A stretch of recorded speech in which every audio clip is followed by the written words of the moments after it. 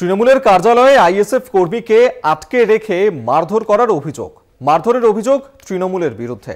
ভাঙড়ের রানীগাছি এলাকার এই ঘটনা এবং এই ঘটনায় আহত হয়েছে আইএসএফ কর্মী সাবির আলী মোল্লা। তৃণমূলের কার্যালয়ে আইএসএফ কর্মীকে মারধর করার অভিযোগ উঠেছে।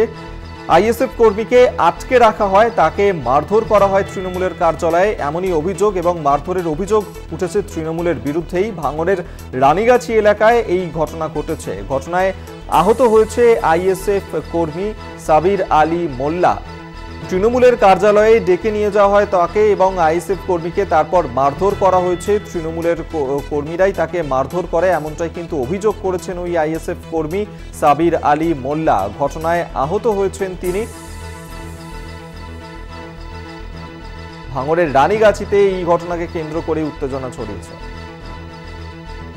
জাহাঙ্গীর হোসেন আমাদের সঙ্গে এই মুহূর্তে টেলিফোনে রয়েছেন প্রতিনিধি। জাহাঙ্গীর, ঠিক কি ঘটনা ঘটেছে, কি অভিযোগ ওই আইএসএফ কর্মীর?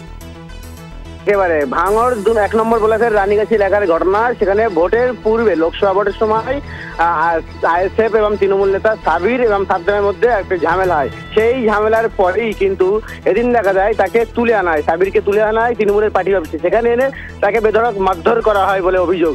তবে সম্পূর্ণ অভিযোগ অস্বীকার করছে তৃণমূল নেতৃত্ব। যদিও আইএসএফ এর দাবি আইএসএফ কে শেষ করার জন্য, আইএসএফ এলাকা থেকে নিষ্ক্রিয় করার জন্য এভাবে আইএসএফ কর্মীদের তুলে এনে মারধর করা হচ্ছে। তবে পুলিশের প্রশাসনের দ্বারস্থ হলেও পুলিশ দীর্ঘক্ষণ পরে সেখানে পৌঁছায়, তারপরে তাকে উদ্ধার করে বলে অভিযোগ।